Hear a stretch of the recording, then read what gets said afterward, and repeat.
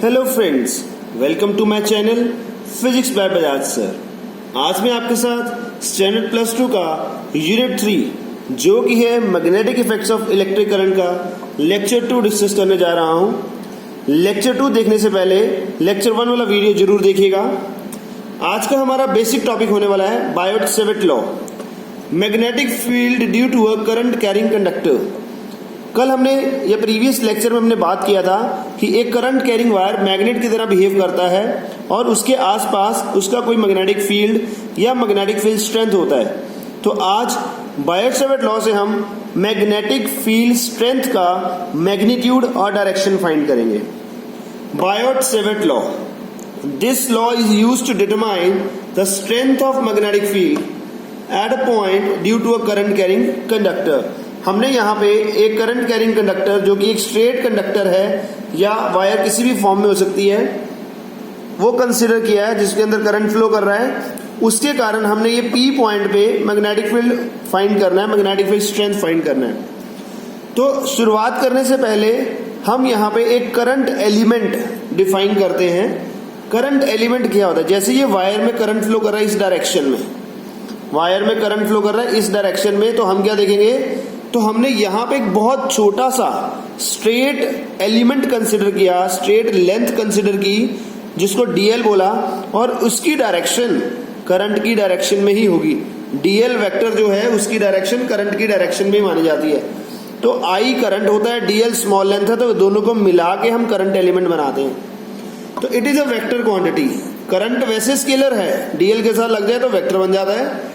It which has the same direction as that of current, जिधर वो current flow कर रहा है उधर वही करंट एलिमेंट का डायरेक्शन होगा या डीएल का डायरेक्शन होगा। DL is very small element और a length of a conductor, small length of a conductor. यहाँ पे वायर कंसिडर की, ये पी पॉइंट पे मैं मैग्नेटिक फील्ड निकालना चाहता हूं जिसका यहां से डिस्टेंस है R, that is called R vector. उसने डीएल के साथ एंगल बनाया थीटा, ठीक है, करंट एलिमेंट के साथ एंगल बनाया थीटा। तो theta is the angle between R vector and current element, right? P is the point where magnetic field strength is to be determined due to this current carrying wire, right? तो अगर हम small element के कारण इस point पे small magnetic field निकालें तो वो कैसे होगा?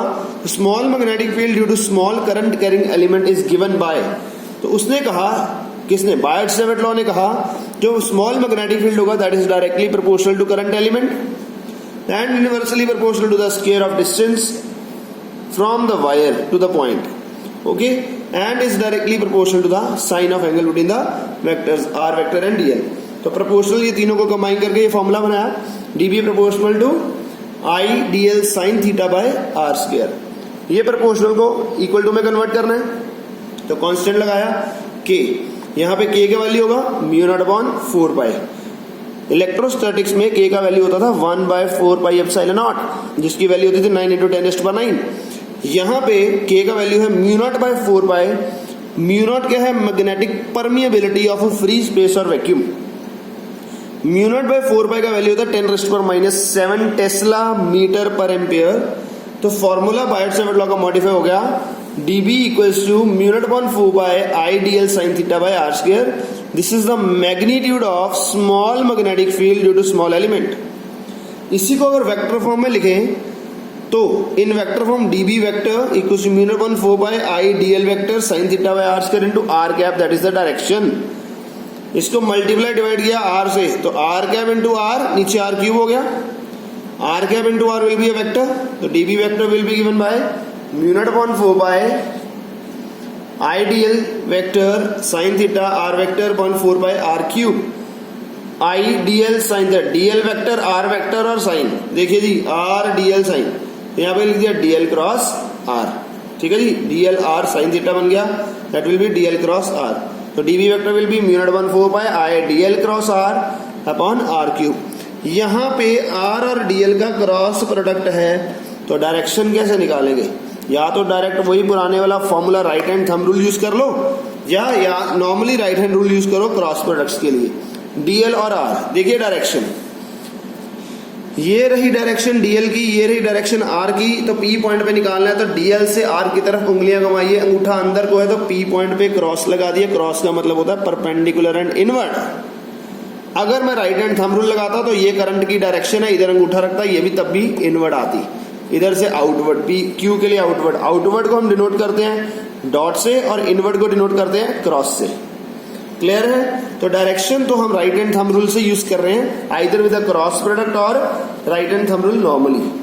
तो ये वेक्टर में लिखा DV vector equals to mu not upon 4 pi I DL vector cross R vector upon R cube for vacuum और फ्री स्पेस। अगर कोई और मीडियम होता तो हमें पता है mu naught will modify to mu, तो DB will B mu upon 4 pi ideal cross R upon R cube where mu is the magnetic permeability of any medium. यहां पे अगर मैं रिलेटिव मैग्नेटिक परमिएबिलिटी डिफाइन कर दूं तो वो कैसे होगा? तो रिलेटिव मैग्नेटिक परमिएबिलिटी क्या होगा जी? Mu R that is mu by mu not, ratio है तो नो यूनिट्स, जैसे एप्सिलॉन आर होता था एप्सिलॉन बाय एप्सिलॉन नॉट, वैसे mu R equals to mu by mu not. वहां परमिटिविटी था, यहाँ परमिएबिलिटी है। तो magnetic field strength in terms of current density formula modify कर दिया, DB vector equals to mu not upon 4 pi J sine theta DV upon are square where J is current density and DV is volume. तो यहाँ पे जे के ऊपर vector भी लगा सकते हैं। क्लियर है? तो वेक्टर फॉर्म में लेके जा रहे हैं। तो this is in terms of current density formula directly for the competition of numericals. तो मैंने अभी आपको बताया क्रॉस का मतलब होता है perpendicular and inward to the plane, dot का मतलब होता है perpendicular and outward to the plane. Clear? देखिए, a conductor is carrying current, एक न्यूमेरिकल से पता लगेगा, a conductor is carrying current from west to east direction, find magnitude and direction at point P and Q. ठीक है जी, find magnetic field का direction बताना है किस तरह होगा। तो बड़ा सिंपल है जी, पी पॉइंट, ये वायर है, वेस्ट से ईस्ट जा रही है करंट, मैग्नेटिक फील्ड का डायरेक्शन बताना है पी और क्यू पे। तो ये राइट हैंड थंब रूल, ये रहा करंट का डायरेक्शन, तो इधर रखा अंगूठा। ठीक है जी, पी के लिए बाहर और क्यू के लिए अंदर, ऐसे जा रहा है, ये बाहर ये अंदर, ये बाहर ये अंदर, बाहर के लिए डॉट, क्यू के लिए क्रॉस, आउटवर्ड एंड इनवर्ड। तो ये डॉट क्रॉस से पता लगा using right hand thumb rule. Clear है? आगे देखिए, a current element DL vector is 2 i cap centimetre is placed at origin and carries a current of 10 ampere. Calculate magnetic field at a point which is at a distance of 0.5 meter on y-axis. क्या बात है जी? तो हमें vector दिए हुए हैं, directions given है, तो DB vector equals to mu not upon 4 pi I DL cross R upon R cube. Mu not upon 4 pi का वैल्यू फिल किया, करंट हमें 10 एम्पियर का दिया है। डीएल देखिए, it is I DL cross R 2 centimetre is place at origin, origin से distance दिया हुआ है, तो यहाँ पे जब वैल्यू फिल करेंगे 2 i cap, right, it's 2 i cap, origin से एलिमेंट गिवन है, क्रॉस आर वेक्टर कितना है जी, which is at a distance of 0.5 metre on Y axis, Y axis के लिए J cap upon R cube, magnitude given था, 2 into 0.5 is 1, ये solve किया, this is equal to 10 raised to power -6, and on solving you get dB vector that magnitude of magnetic field is 8 into 10 raised to power -6 k cap, because हमें पता है I cross J होता है K, vector दिया आपने +1 में, ठीक है, तो I cross J is K, तो K कैप इन डायरेक्शन आ गई, मतलब dB जो है R और DL दोनों के परपेंडिकुलर है। ठीक है जी, dB वेक्टर जो होता है, क्रॉस प्रोडक्ट जो है, it is perpendicular to both R vector and DL vector, दोनों के परपेंडिकुलर होगा। टेस्ला में इसका आंसर लिख दिया, राइट। इसके आगे देखिए, magnetic field due to a straight current carrying conductor, very very very important. CBSE board में इसका डेरिवेशन 2 साल पहले एलिमिनेट हो गया, अब नहीं आता है, बट इसकी एप्लीकेशन अभी भी बहुत इंपॉर्टेंट है और इसको समझना बहुत जरूरी है। हमने ये एक स्ट्रेट वायर है, इसके कारण ये पी पॉइंट पे मैग्नेटिक फील्ड निकालना है, इस स्ट्रेट वायर के कारण फाइनाइट लेंथ की है, ये फाइनाइट लेंथ की है। तो यहां पे हमने पी से एक परपेंडिकुलर ड्रॉ किया ओ पॉइंट पे, जिसका पी से डिस्टेंस है, perpendicular distance is a, P वो पॉइंट है जहां पे हमने मैग्नेटिक फील्ड निकालना है। इस वायर के कारण, वायर में करंट जा रहा है आई फ्रॉम बी टू ए, यहाँ पे स्मॉल एलिमेंट लिया, स्मॉल एलिमेंट डीएल वेक्टर, जिसका डायरेक्शन करंट वाला ही है, डीएल से डिस्टेंस है आर, जैसे बायट-सेवर्ट लॉ में किया था, ये एप्लीकेशन ही है बायट-सेवर्ट लॉ की। इसने ये आर वाले ने ऊपर वाले पॉइंट ए से लेके पी तक का एंगल बनाया φ1, इसने बी के साथ एंगल बनाया φ2। डायरेक्शन तो आपको पता लगी जी, इनवर्ड, ये पी पे इनवर्ड ही आनी है, राइट। और आर और ए इसके बीच में एंगल बनाया उसने थीटा। ये चीज क्लियर है। अब इसका फॉर्मूला क्या बनेगा, डायरेक्ट फॉर्मूले की एप्लीकेशन भी देखनी है। तो टोटल मैग्नेटिक फील्ड निकालना है mu naught I upon 4 pi a perpendicular distance bracket sine phi 1 plus sine phi 2। Derivation not required, directly formula और इसको अप्लाई कैसे करना है वो सीखिएगा। फॉर्मूला फिर याद कर लीजिएगा, फाई 1 फाई 2 क्या है, फाई 1 ऊपर को जा रहा है, फाई 2 नीचे को जा रहा है, ऊपर को जा रहा है नीचे को जा रहा है। याद रखना डायरेक्शन का, ये बड़ा इंपॉर्टेंट होता है यहाँ पे, ठीक है, किसमें एंगल बन रहा है, आर वेक्टर है। तो स्पेशल केस बना रहा हूं यहाँ पे, देखिएगा। If wire is of infinite length and point P lies near the centre of wire, ये पी सेंटर के पास है, दोनों तरफ इन्फिनिटी की तरफ जा रही है।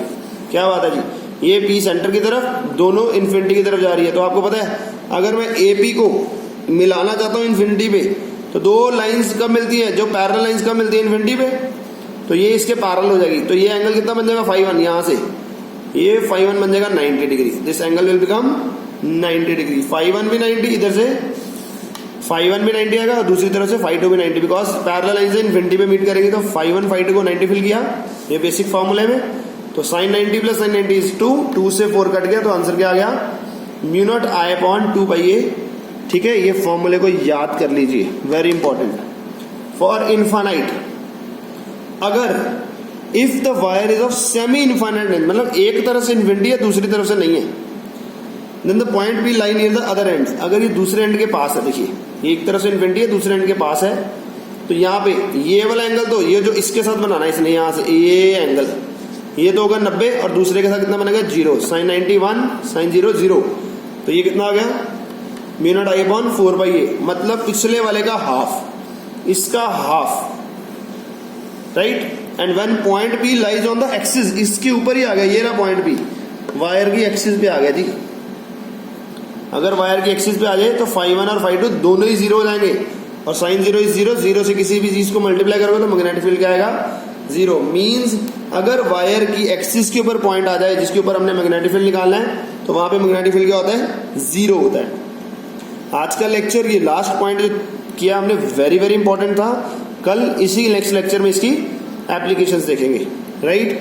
Thanks for watching. ये वीडियो को बार बार देखिएगा, इंपॉर्टेंट कॉन्सेप्ट है। God bless you.